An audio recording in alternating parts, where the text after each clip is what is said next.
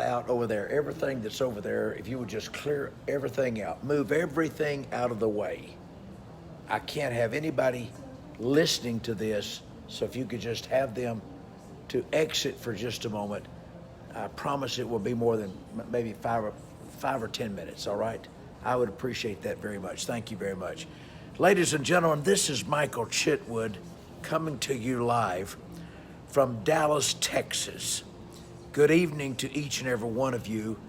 I apologize for bringing this to you so late, but I was resting in my room from a 16, 17-hour day today, and it was just like, and I'm sure you've had these too, it's just like that I had God to speak to me, and I have something to share with you about preachers and pastors and evangelists and prophets. I need for you to share this and invite somebody to this late night broadcast. I know there won't be many, but that's okay. I'm not looking for big numbers tonight like some people do. Some talk show hosts, they want big numbers. I'm getting ready to read to you what's in my hand. And I wouldn't normally share this with the public at large, but this is big, big, big, big news. So I'm going to give you just a few minutes so that you can, yes, I'll move. If I need to, I can move this way. Yes, okay, I'll move this way. Okay, we're having to rearrange a few things here just simply because they feel like that it would be better and more classified and confidential. Ladies and gentlemen, this is Michael Chitwood, and I'm holding in my hand an incredible document from the United States talking about that it's coming against a man of God by the name of Randolph R. Rose. I'm wanting to be a pastor's friend tonight, and you that have pastors, you need to notify them, because what I'm going to read to you is going to floor them if they don't learn. I'm trying to give some secrets to pastors tonight to keep them out of the federal penitentiary. So I want you to take note of this. I want to thank you, Dr. Cook. I want to thank Ruthie. I want to thank many of you that, I'm sorry to even wake you up so late, but apparently you guys are late ones too. I'm not. I was resting from a long hour today of 16, 17 hours, and I was very, very tired. It was like God spoke to me and said, you need to arise from your bed and go deliver. I said, well, God, there won't be anybody on there at 1 o'clock in the morning, 12 o'clock Central Time, but I have to give this to the pastors. I'm waiting for my executive broadcast producer to wake up and to get on here, but apparently she's going to be resting too, I guess. I want to read to you what they are charging Randolph R. Rose with. Randolph R. Rose. There's Ruthie. She says she's coming. Again, I'm so sorry to wake up you guys, so if you have a chance and you want to invite somebody on, wake them up quickly. This is what every preacher in America needs to know and hear. It's not that the government's bad. It's the fact that you have bad information. You have a lack of knowledge when it comes to church compliance. As Dr. Cook says, you need to wake up. Pastors need to wake up. That's why that I'd like to be a friend to many of you pastors tonight and let you know that we are here to help you, not hurt you. A lot of times when they hear us, they think that we're automatically against them or trying to frighten them or trying to scare them. No, we're not trying to scare anybody. What we're trying to do is educate you that if you have a lack of knowledge, that you're going to wind up, there's my executive broadcast producer just waking up. And again, I apologize for waking you guys up, but this is important. I mean, listen, if you go to the federal penitentiary, I guarantee you'll be awake all night long. So it's very important that you understand that this is something that you need to hear and you need to hear it tonight. I have it in my hands, and I want to give it to you. I think that you'll find this is against Randolph R. Rose, and I think you'll find out that it will be something that will be very educating for you and encouraging at the same time. At least I hope it is. I want to also give you a brief guideline that many of you probably know that we'll be coming to Florence, Charleston, Chicago, and Raleigh, but that's not what this is about tonight. This is about you and being able to understand what to do, how to do it, and when to do it. Here are just some of the things that they're looking at. Number one, are you ready? And I'd like for you to write this down if you could. Number one, improper use of the church and ministry automobile.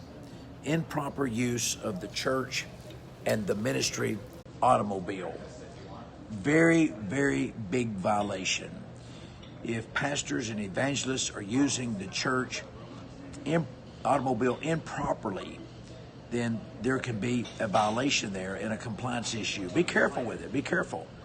Remember, it's not what you know that will hurt you. It's what you don't know. Number one is improper use of church automobile. By the way, I can't give you all these, it's too many, but I'm going to give you about 5. Number 2, improper use of church funds. You can't use the church funds for what you think is proper use. Your thinking may be different than what the law says.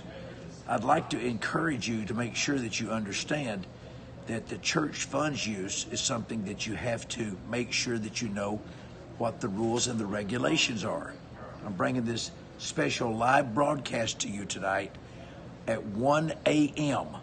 So you know it's important when God wakes me up and tells me to get out of bed, which, well, actually I wasn't asleep, but I was resting. I was about to go to sleep. He says, I want you to notify the pastors that you are a pastor's friend. See? Now, number 3, improper use and classifications of love offerings versus honorariums. Most people don't know that there's a big difference between an honorarium and a love offering. And then most people don't know that there are direct love offerings and then there are indirect love offerings. I would like to make sure that you know that if you have someone representing you, they need to be telling you the truth. It's not trying to frighten you, but you're going to wind up in jail. Now, I'm saying that so you can spread the word with a good heart. I'm not saying that to upset you or to scare you, but I can tell you this. There's been a criminal trial within the last 2 months, and the young man was found guilty, and he's going to be facing some time if the appeal let me give you number 4 and quickly move on. Number 4, improper use of church credit cards. Ladies and gentlemen, please hear this. You cannot put things on a church credit card just because it sounds right, just because you think it's right, or just because some board member told you they could, or because you used to do it in the past. One of the biggest problems that you have is they want to do these things. They'll always say, well, we've always done it this way.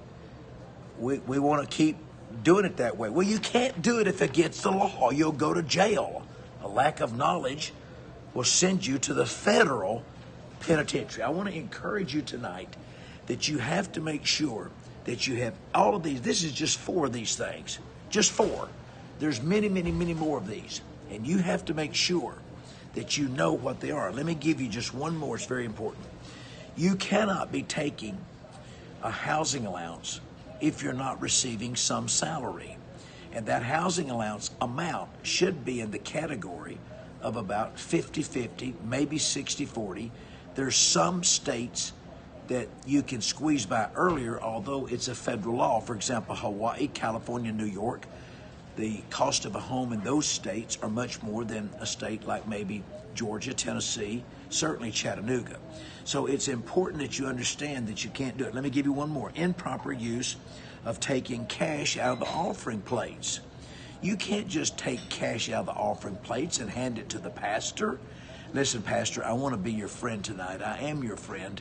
I'm a pastor's friend, and I'm giving you pastor's secrets that are very important. Remember, you only have your reputation. And although that this is late at night, this could be from you. This could be from God straight to you on this. So I would be careful. I would be very careful to make sure that you have your books in order. Make sure that you have every T crossed and every I dotted, because we know it's not what you know that will hurt you. It's what you don't know. I want to let you know tonight that Chitwood and Chitwood is your friend. We are your friend if you're a pastor, if you're an evangelist, if you're a minister, if you're a praise and worship leader, whatever it may be. We want you to know that we are your friend. A lot of people think that a lot of these facts that we give you are to upset you and scare you. Well, let me say this to you. Devil is in the details. Let me say this to you. If this is coming against your thought process or maybe frightening you, then maybe you have something out of order. Now, the thing to do about it is not run out and take a bunch of Xanax or a bunch of Tylenol. The thing to do is get your house of worship in order. See, I can't even get anybody to give any hearts tonight as an acknowledgement. The hearts are just an acknowledgement of that tonight. So I just want to encourage you tonight. When I woke up and got this in my hand and I copied this onto this piece of paper, because I didn't want to bring the indictment in here because it's page and page and page and page of this stuff. I want to encourage you, improper use of church automobile, improper use of church funds, improper use and classification of love offerings versus honorariums, improper use of church credit cards, and on and on and on. Now, here's what I want you to do. Listen carefully. I wish that you had a pastor that you could ask him, and thank you for those hearts, because it shows you that you're hearing my heart, and my heart is care for you. I'm your friend. I am your friend. I'm not trying to hurt you. I'm trying to help you. I also want you to know that if you'd like to learn more about it, get to one of these conferences. If you don't want to go to mine, go to somebody else's. But for heaven's sake, get your house of worship in order. And you need to get it in order sooner than later. And I say that to you with a lot of love, because in our organization, love lives in the Chitwood family. And I'm talking about the whole Chitwood family at large, our organization, which is very, very large. 8,000 churches that we represent. 8,000. Ladies and gentlemen, there's John. There's John. John, I'm glad you're here, John. Thank you very much. And again, I want to let you know that this is an indictment. Listen, the family, you're my family. You help get this word out. That's part of ministry. Is we don't want our brothers to listen. How many want to see a preacher go to jail? Type yes on the screen. If you want to see a preacher go to jail, just type yes on the screen. Can you do that? None of you want to see a minister of the gospel go to jail. I don't. I want the preachers to be out so they can preach the gospel. So it's important that we give them this information so that they can get out of the non-compliant stuff that they've got and get. There's Healthy Smile. There's Dr. Anita Kloss, great. Beverly Crimshaw is there. Of course, Dr. Cook is with me. My executive broadcast director, Debbie Booth, is with me. John Lancer's with me. John, beautiful wife there. God bless you. Love both of you guys very much. I want you just to know this. And John put something up. And John, I'm not referring to you on this at all, or your CPA. There's a lot of wonderful CPAs out there, but they really don't do a lot of churches. They do one church, normally theirs that they go to, or maybe they do 2 or 3, maybe sometimes even pro bono. I don't know, but they're good people. They're good CPAs. The problem is a lot of this stuff you've got to dig out in a totally different section of the Internal Revenue Code. I mean, the Internal Revenue Code's got more words in it than the Bible's got in it. I mean, so you got to make sure that when you've got churches in Houston, Texas, I mean, this man right here, Randolph, what's his name? Randolph R. Rose. When Randolph R. Rose was told that this indictment, let me tell you something. The man just about had a heart attack. And they think maybe that he might have had a slight one. We think now that it was an anxiety attack. You don't want to do this. I don't know who that is that just put that up, but it's Reese, the truth. I think if you're the one that I think you are, I know you very well, and I say good evening to you, sir. I'm just wanting to be your friend, a pastor's friend. someone that you can talk to and someone that you can help. I mean, I really want. I'm in Dallas, Texas. I'm working on a case, and ladies and gentlemen, when you get these things out of order, there's not any amount of money that you won't pay to stay out of jail, and there's not any amount of money that it will break you with legal fees. It's better to be proactive than to be reactive. And that's why that I've asked you so many times to share this information with your pastors. I can think of church out of church in my own city. Because, even the Bible, and I don't want to get spiritual, but the Bible says the prophet has no honor in his own hometown. So a lot of churches in my town don't use me. I've got about 6, 7, 8 churches in Chattanooga, Tennessee. But I can think of a lot of churches that in Chattanooga, and I know this for a fact, that are illegal and out of order. I want to give you a note. Not only is it right for you to be in order, I believe that's the Bush family on the phone, on the Periscope. Good evening to the Bush family. Not only is it right for you to be in order, but you know what? It's scriptural that you be in order, because he says, once you get in order, and I learned that I can trust you with just a few small things, then I will know that you can be trusted with great and mighty things. I believe a reason why there's a lot of churches that's not growing is because their house is out of order. And I don't say that to put you down. I'm giving this to you as a friendly broadcast tonight. I want to be a pastor's friend. I have been for years. My family has been now for almost 80 years this September. 80 years, 4 generations that we have helped pastors and loved pastors. And also you want to make sure that you don't have somebody that's just a clerical firm. My goodness, they can't represent you. You want to make sure that you don't have anybody uploading your stuff in the cloud. Nobody's checking it. A clerical firm will get you put in jail. And if I told you who this pastor used to do his monthly bookkeeping that let him get away with murder almost, you would fall out of your recliner, your lazy boy recliner right now, if you just knew. And he's not too far from Chattanooga. In fact, about a 2-hour drive from Chattanooga, Tennessee. He's got a little clerical firm that makes people think that but when you get in trouble, he just drops you. That's not what we do. We don't run from the devil. We're going to fight the devil and stand with you and fight with you. I mean, we are going to fight.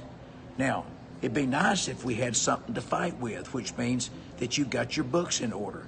Would you please at least think about this tonight from the standpoint that I am a pastor's friend, not your enemy.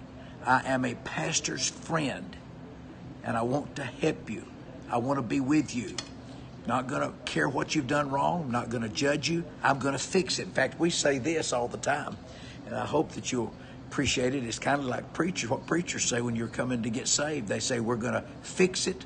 No, we're going to face it, fix it, and forget it. Come to the altar, face it.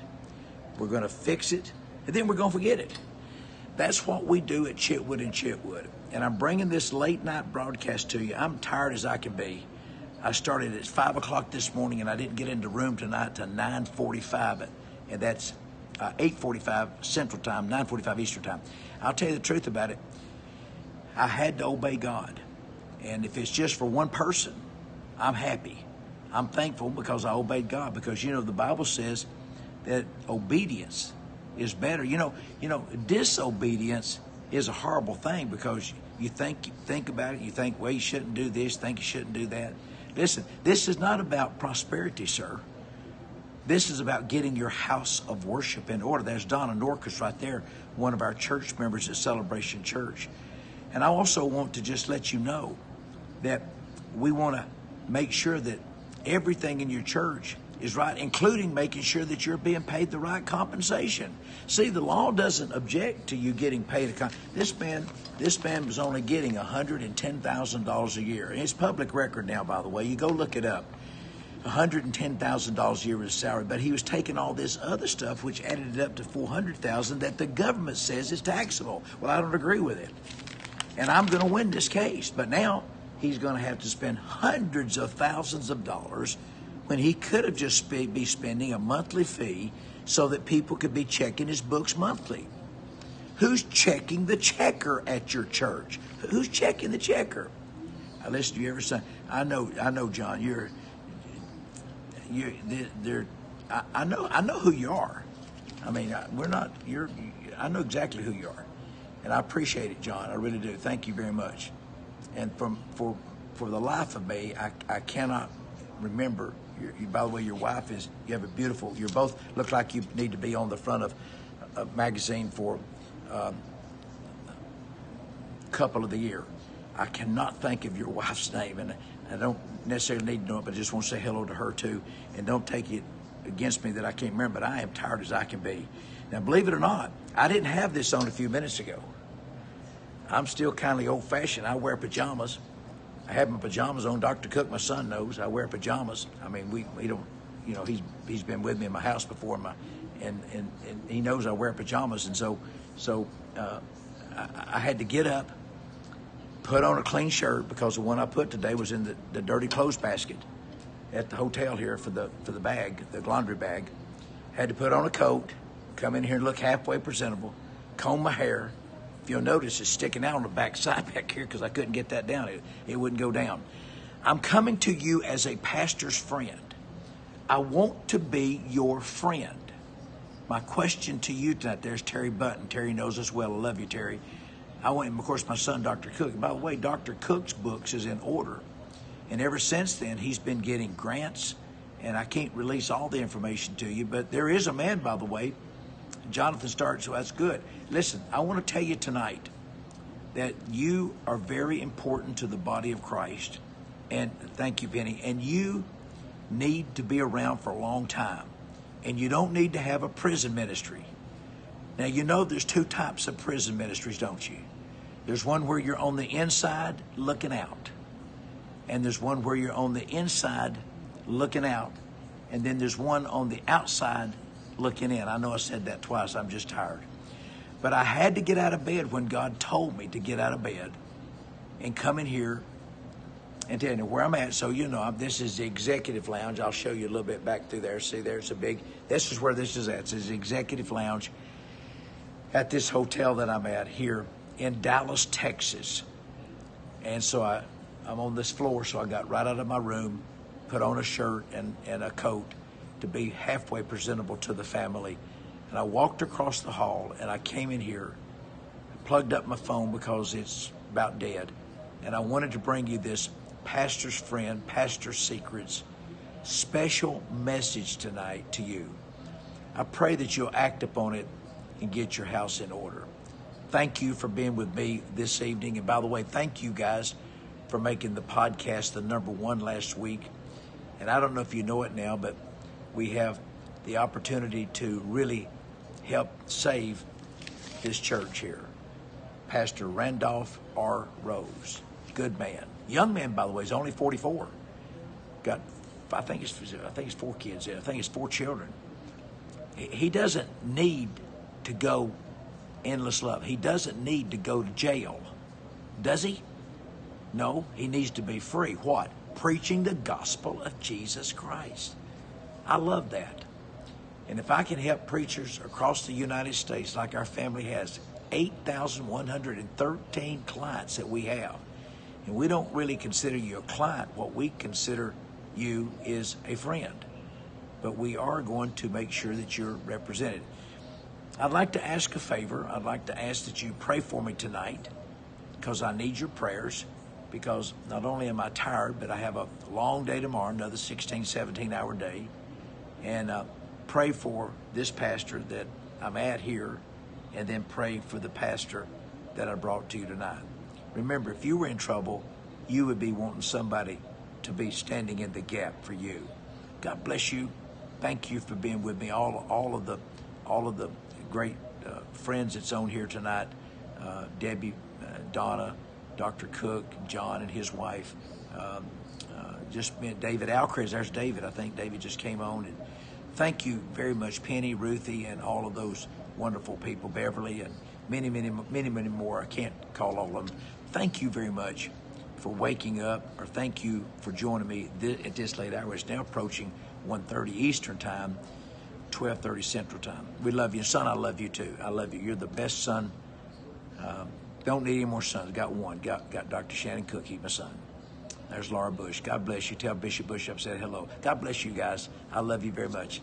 I look forward to seeing you later, okay? I love you. Good night.